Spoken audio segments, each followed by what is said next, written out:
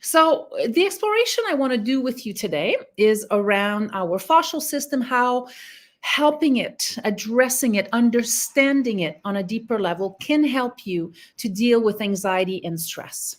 Anxiety and stress, to just create a foundation for what I am inviting today, I'm talking about the anxiety and stress that we all live with every single day. And I think that since the pandemic, since COVID, certainly in my own work, in my body alignment work, when I work with clients, hands-on work, there has been a shift, a real shift in our tissue, in our relationship to anxiety and depression. And it's not always this deep down depressive state. They are much more states of depression that actually are manageable, but that you tend to struggle a little bit more with the lows of life. So I'm not necessarily talking about clinical depression, but I'm talking about these states that we are dealing with, that we are having, that we are experiencing on a daily basis. And I want to introduce you to your fascial system and how to care for it, to assist you in dealing with those times of anxiety and depression in your life. So if you have any questions along the way, I invite you to write comments, to ask, or just point blank interrupt me with a comment. I'm always happy to go back and forth with the conversation. So specifically, I wanted to start the conversation around stress and stress release, because what brings us to states of anxiety and depression in our lives is usually that we get overloaded with stressful situations in our lives. So when you're entertaining a lot of stress in your life, that is a direct correlation to creating more anxiety. And anxiety will lead you in many ways to habits of procrastination. Anxiety, a lot of the time, limits us from being able to move forward in our lives. And if that comes to that point, then depression settles in. And when I'm talking about depression, I talk literally about a sense of feeling compressed, oppressed in our own bodies. It's almost like you can't move, right? Procrastination does that. Procrastination kind of freezes us. And so that's the type of depression I'm talking about, where you feel a lack of excitement for anything because you're anxious about either taking a step forward, or if you're someone who tends to worry a lot, what happens in your fascial system is that you limit the availability of hydration to move through your system. In other words, you kind of dry out your internal fluid system. Does that make sense? If you're not moving, if you're depressed, compressed, you're not exuding energy, you tend to become stagnant. And in stagnancy, think about it as a swamp, right? There are lots of good things about swamps in the world. We need swamps on our planet. And then the way I'm using it here is to really reflect a state of stagnancy. If you're not moving, if you're not communicating, if you're not in relationship with life forms, it could be other humans, it could be nature, it could be with your animals. If you're not in relationship with life, you start to become stagnant. A little bit like swamp waters, right? You're not moving. And when you're not moving, there is a place in your body that starts to tighten up. So if you can imagine an inner stocking in your body, your fascia, your connective tissue. So if your body is very tight because, for example, you're not breathing to full capacity, that limits the hydration system in your body. And therefore, your inner stocking gets tight and tight and tighter. And so when we feel tight, we kind of go more and more to the direction of tightness. And then we start to move less. We become more stagnant. So there's a real correlation in relationship to movement, to expression, to creativity, to love, to kindness, to connecting with your community and others, and a direct link through your fascial system. If it's not moving, then comes in higher levels of anxiety, procrastination, and eventually depression. So I want to get a little bit more scientific around it, and talk to you a little bit about your fascia. It's consistency, right? Fascia is made of collagenous and elastin tissue. It also contains an intricate network of sensory receptors. So your sensing abilities are super important. That is your fascial system speaking. So stress release and fascia, if you want to be able to release stress in your fascial system, that very much has an impact on your sensory receptors. And your sensory receptors are specialized cells and structures that detect mechanical changes, pressure, and tension within your fascial system.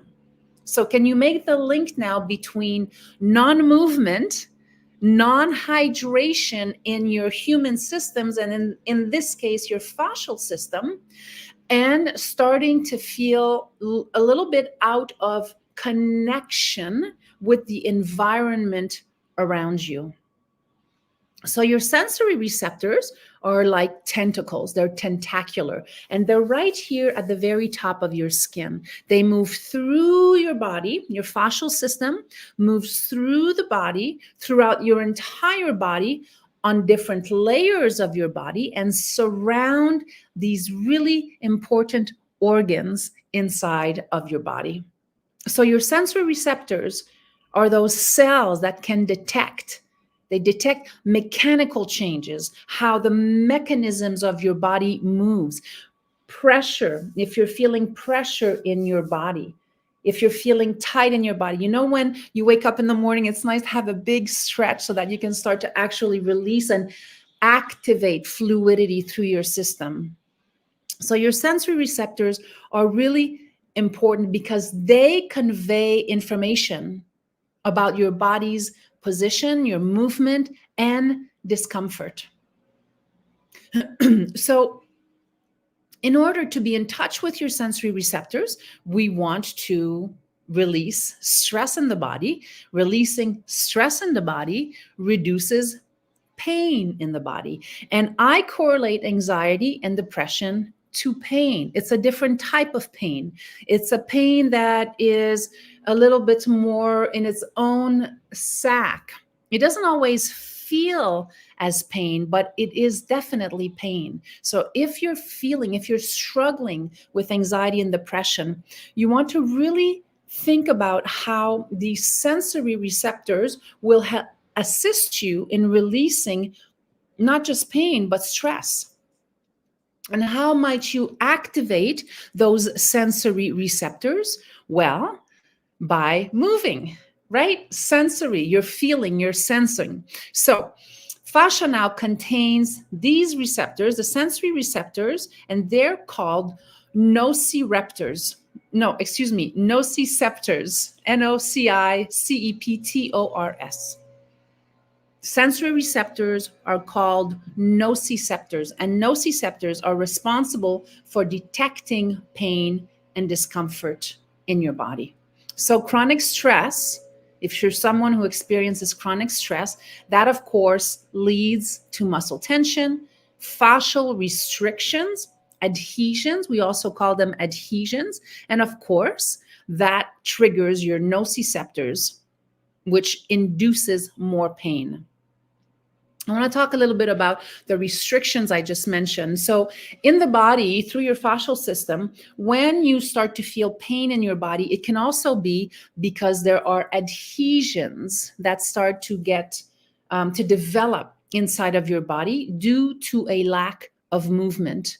And so the type of work that I do in my Hellerwork practice, right? People come in and I do body work, body alignment work, specifically focusing on the fascial sheathings of the body as a means to heal and produce more hydration in your body. So the adhesions in your body, so imagine that these are two muscles. Your muscles, if there are adhesions between them, imagine two pieces of Scotch tape, the sticky part of the Scotch tape sticking to one another. So your muscles are moving as one unit, when in fact, our muscles need to be sliding to be in a healthy state of fluidity. So adhesions can be created in the body a lot of the time through a lack of movement, a lack of aliveness, a lack of expression. And you've already felt this when you've had some sort of a downer in your life, when let's say you've been laying on your sofa for a few days. Whew, it can be hard to get up, right? All of your systems tend to slow down. Again, going back to that imagery, the analogy of the swamp water where nothing is moving. So the idea with movement is really to get you excited about whatever it is that you're doing in your life, about whatever it is that you feel that you are connected to and with, because that has a direct correlation to your physicality, to how you move through life, as well as your physiology. So I just spoke about chronic stress, and I wanted to give you a little insight as to what I mean by chronic stress. Chronic stress looks like long-term persistent stress that has, of course, detrimental effects on your physical and mental health. And for example, work-related stress. Many people suffer from work-related stress. There is too much demand on the person. You don't feel like you can ever catch up to yourself. So work-related stress is really is a real condition for a lot of people today. And that's a prolonged high-pressure job situation. So if you have to super produce, if you are always up against tight deadlines, if there's conflict in the workspace, or if there's job insecurity, all of that can lead to chronic stress. And of course, chronic stress, chronic pain influences the level of anxiety and potential depression that you can fall into. So work-related stress can create ongoing chronic pain. Financial stress. Many people worry about finances, right? Financial stress is a real stressor in our world. So persistent financial difficulties, if you have a lot of debt, if you're unemployed, or if you're struggling to make ends meet, that can also create chronic stress in your life. And I'm mentioning these specifically because people a lot of the time don't tend to think about these as a chronic stress issue. Chronic, something that will create chronic pain in their lives. It's just something that you're dealing with all of the time. But actually, this is the basis for chronic pain. And, I'm talking about real-time, in the moment stresses, right? Such as work-related stress, financial stress, but your stress might have very well developed in your caregiving years, depending on the type of environment in which you grew up. So there's another way to look at this, that you might have been carrying chronic stress in your body since you were a tiny little one in the world. So this is why when we have these classes together and we get to share, I always invite you to go back and take a moment to think about where you came from. What was the environment in which you grew up? Because there can be a lot of signals and information for you to identify why you are someone who suffers with certain chronic conditions today. It's not to blame shame, right? I'm not saying to look back and, oh, this happened to me because of this or that. I'm inviting you into an exploration of finding out what might be causing chronic pain in your life, which of course develops into stress, which of course develops into anxiety and depression. You might also develop chronic pain or stress if you're someone who is a caregiver, is in the caregiving business. So if you're managing a chronic illness in your life, or someone else, if you're caregiving for a family member with a health condition, this can definitely increase your level of chronic stress in your body. So that will affect, of course, your fascial system, because as soon as you are consistently caring for another, putting your attention towards helping someone over an extended amount of time, which of course is a beautiful thing. It's a beautiful act to do. We want to take care of our people, of our loved ones. And within that, there's also a balance to be met, a balance to be found. So this is another reason. I just wanted to give you 3 immediate examples of what could be causing chronic stress in your body. And you might not have made the correlation between those. And then, of course, if you have chronic stress in your body and your immune system is tired, your immune system is exhausted from caregiving for others, or from constantly thinking about financial stress, or from being afraid of losing a job, this, of course, starts to send signals inside of your body, right? Remember, we went back to the sensory receptors. And so they are in a heightened state of awareness. And that, of course, influences your immune system. And we can think of it as your immune system being hijacked. And so it continues to live at this very high level of stress. And it becomes a natural state for you. You live in this heightened state of chronic stress all the time. That will immediately lead to your physiology, your physiological system, right? Your fascial system in this case is what we're focusing on, that lacks the energy to move fluids around in your body, therefore kind of creating a swampish type of environment where you get stagnated. And in stagnation, if you continue to stay in that relationship with yourself and with your life, that increases more stagnation. So, excuse me, why is it so important to move out of these states of stagnation? This is the remedy for anxiety and depression in the way that in the context in which I am bringing it today. You must make a decision to move. There are very simple ways for you to move into heightening your level of consciousness and awareness. And, we all deal with anxiety and depression. Every single one of us does. The idea here is to learn a little bit more about how your system works, your fascial system, for example, because if you are in relationship and if you understand that movement is going to help you get straight out of a state of anxiety and or depression, if you change your diet, I cannot emphasize this enough. I cannot emphasize this enough. Change your diet. If you are in a state of chronic stress, my friends, your internal systems, your fascial system in this case, gets inflamed. It's not the only thing that gets inflamed, but I have people coming to me every single week in my practice talking about these strange types of conditions that are awakening within their bodies.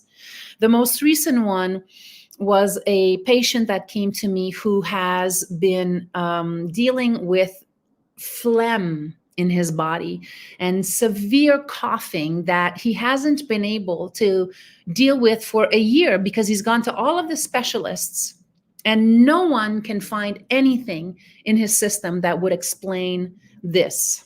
So he finally comes to me and says, tells me his story of how this happened. And of course, the first thing that I'm thinking as a holistic practitioner doing fascial alignment work, right?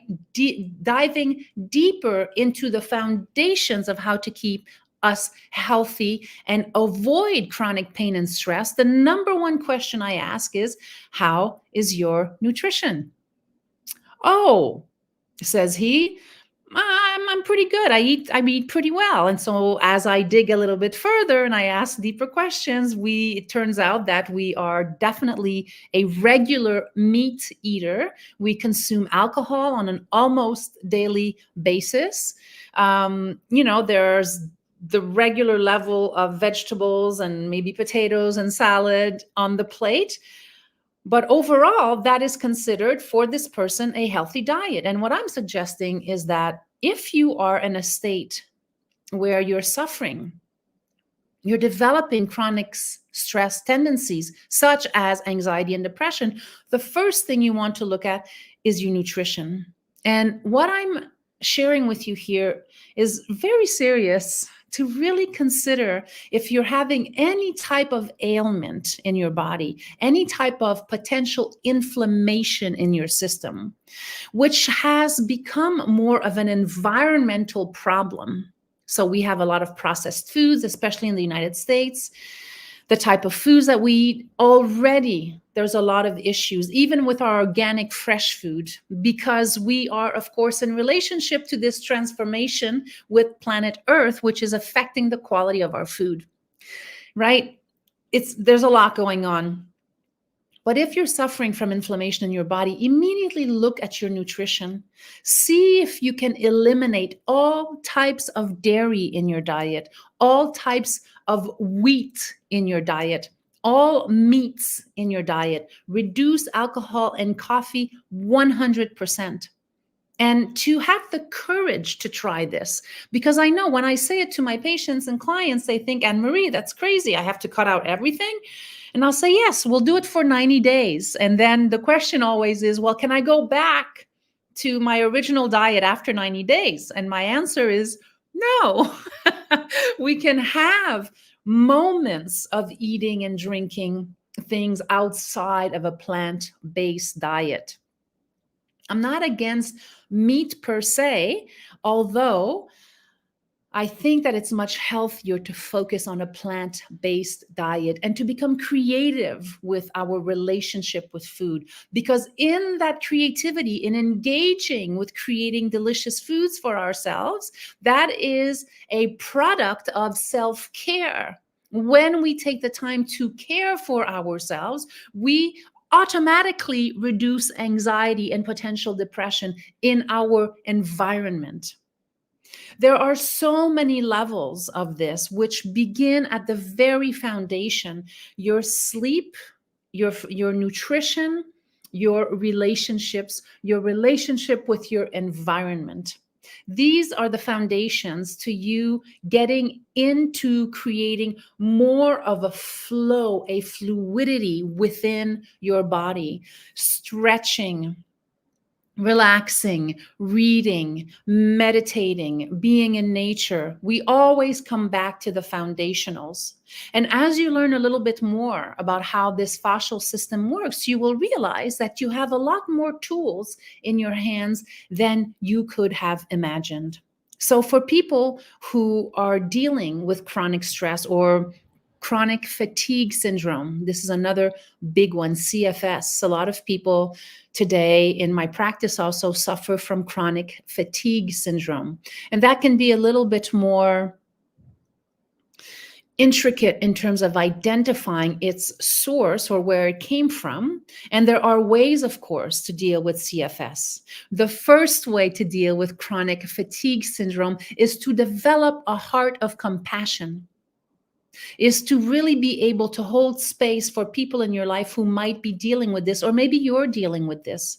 The first step is to develop a heart of compassion for yourself, because some of these conditions are not visible to the human eye. They're happening internally, which is why I keep teaching about the fascial system, because if you are in relationship with your senses, with how you are feeling, you can change you can change it. You are in charge of your health ultimately. And more as we move into healthcare and how we are dealing with healthcare all over the world, we want to take charge of our health. We want to understand how movement, connection, communication, creativity, personal expression, getting into interesting conversation, drawing, reading, writing, showing up on classes like this and communicating with one another.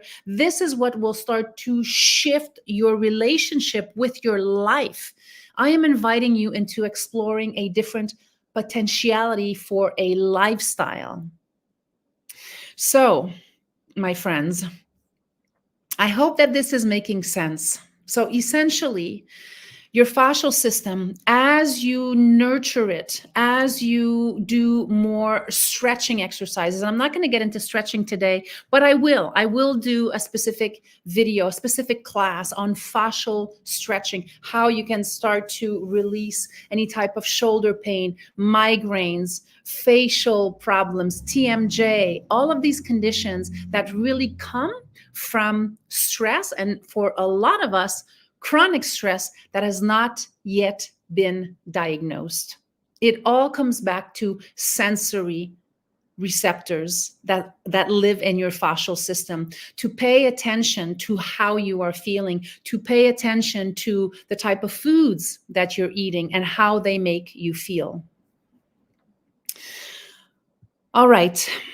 If you have any questions or comments, I invite them now. I wanted to bring up one more. Oh, I talked about inflammation. Good. The last thing I wanted to talk to you about today in relationship to your fascial system is that being in relationship, understanding how to create more fluidity in your system to release anxiety and depression, is also prevention of musculoskeletal issues. Musculoskeletal, so muscle pain, muscle pain, such as tension, headaches, back pain, postural issues. We are talking about a lot of postural issues on social media now. They have all kinds of gadgets and devices to help you zing you back into postural alignment. I haven't tried them, so I can't tell you if they are effective or not. What I have tried, what I do know, is that your musculoskeletal health will improve the more you move your body. So whether it's swimming, walking, stretching, yoga is great, Pilates is great. All of these exercises are great. What I want to invite you to consider is, you're really interested in healing your fascial system, is to move into much slower movements. Much slower movements. This is not a workout. It's not a fitness workout. It's an internal relationship with fitness, so that you might release and relax your body and your nervous system, which is why I always recommend foam rolling, and you can go to the meltmethod.com. I offer this all the time because this I believe is one of the best rollers out there, because it's not about compression. It's not about pushing into it to get to the pain and to break down muscles or fascial tension. It's much more a relationship to releasing and to embracing very gentle, slow movements using the foam roller, but you can also do it stretching on the floor. You can also use balls to assist you. You put balls on your back line, not on your spine, but on the back of your body, and you can gently melt and release. That actually activates your vagus nerve, which creates a relationship of calming down in your body. You're calming down your nervous system with very gentle, intentional, soft, slow, easy stretching. We take that for granted. Most of us are taught about really engaging in stretching, especially if you're a dancer or an athlete of kinds. We tend to be aggressive with our stretching mechanisms. And what I'd like to offer you today is the potentiality of being more like a sloth, to stretch and release your body on the floor by stretching, using the foam roller, using balls to really help you release stress in your body. In addition, you have a little added addition, a little bonus there, is that you're actually hydrating your fascial system by rolling. on the foam roller without crushing your muscles, and by also releasing tension through using, for example, a tennis ball, very simply using a tennis ball on your back, right? So I wanted to offer you these tips, this information today, a little bit more, a little deeper into the sensory receptors of your body, so that you might start yourself to take charge of your health. Take charge of your health. Choose to eat a plant-based diet. Make the decision for yourself to change things in your life, slow incremental changes that will assist you when you do get into times of anxiety and depression, fear and worry. Those are choices. We have a lot of power against moving into the direction of increasing anxiety, depression, or worrying factors. We have to train ourselves on a daily basis. And this is what this is about. It's not about medication. It's not about running to the doctor because something shows up. Of course, that's also useful. What I am advocating here is for you to take control of your life by doing these very small changes, incremental changes, and connecting with yourself, learning to listen to your body, because this is it, my friends. This is the flesh suit. This is the suit we have for this lifetime. Maybe other lifetimes will have a different suit, but this one, whatever you're dealing with, this is the one to connect with. So I want to encourage you to email me, make an appointment with me. I am still offering 30-minute complimentary consultations if you want to connect with me. If you have a particular problem and you don't know what to do about it, like my patient who came in last week with this phlegm condition, and all of the doctors could not assist him in developing a methodology to help him release it. He's not sleeping well, he's coughing violently, so that's affecting all kinds of systems in his body, his respiratory, cardiovascular, fascial, lymphatic, endocrine. All of these systems are affected by him not being able to release the phlegm out of his body. So we're working on it together. I'm helping him to slowly shift a way of living to assist him in removing the phlegm from his body, which is inevitably causing more inflammation in the body.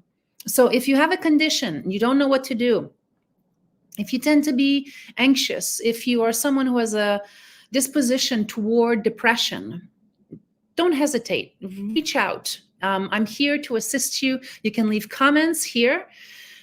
You can send me an email. You can find me on social media. You can find other videos on this YouTube channel. And if you have not subscribed to my YouTube channel, I invite you to do so today. It helps me with my algorithms, and it helps me to be able to share this message of holistic healing to millions and millions of people. That's my goal. I want to reach millions of people to assist them in empowering themselves and learning how to become much more conscious about how to deal with their health, physically, physiologically, emotionally, psychologically, even spiritually. We are a very complex matrix of systems, and no one knows everything about the human body. What I have found to be most effective in my own life, my own practice, is to become much more conscious of myself. Who am I? What am I doing here? What's my purpose? What happens when I start to feel isolated and alone? What happens when I become fearful or I start to worry, whether about work or money or my family, or because I'm in my work, of course, I'm a caregiver, so I need to balance that out. So what I'm suggesting for you is everything that I'm suggesting for myself. I'm practicing it myself. So I hope that this was helpful today. Pranjal writes, I am really motivated to take care of myself in a much conscious way. Good, Pranjal. Excellent. We have to make the decision ourselves to take better care of our health. There is help out there. I'm one of them. There are so many others. You are also one of them in your own field of expertise. Always believe that you have something to offer the world. All humans do. Have confidence, trust this process, move forward in life with a positive view, optimistic view. Look at life as a glass half full, not as a glass half empty. That requires energy. That requires focus and a decision. You have to make a decision in your life to go towards what's working, not to go towards what's not working, right? That's where we get anxious and depressed. We want to be able to cultivate activities in our lives that feed us on a daily basis, on a daily basis. Your life is not about work. Your life is about your life. Your life is about your relationships, about your health, about exploration, curiosity, an invitation to grow from the inside out, to express more love, to be kinder to one another. We have to be the army, the united front of love, because look at what's happening in the world. More fighting, more wars. For what? For what, my friends?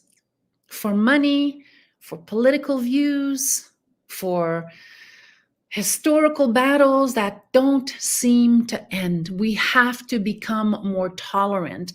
Intolerance, we develop a heart of compassion. In a heart of compassion, we develop more fluidity within our bodies. We express ourselves from a place of love. We listen more attentively. This is all related to one another. So I hope that this was helpful. If you're feeling anxious, if you're feeling depressed, if you're feeling alone, reach out. You are not alone. Don't isolate. Don't decide to do this on your own. Move forward by connecting with others. And I want to thank you from the bottom of my heart for being with me today. Thank you for your time. Thank you for your comments. Thank you, Anali, for showing up today. I'm so happy to meet you. I hope that this was helpful. And I really hope to see you next week as we continue our exploration of the fascial system. Have a wonderful week, everyone. Bye for now. Be well, and much love to all of you.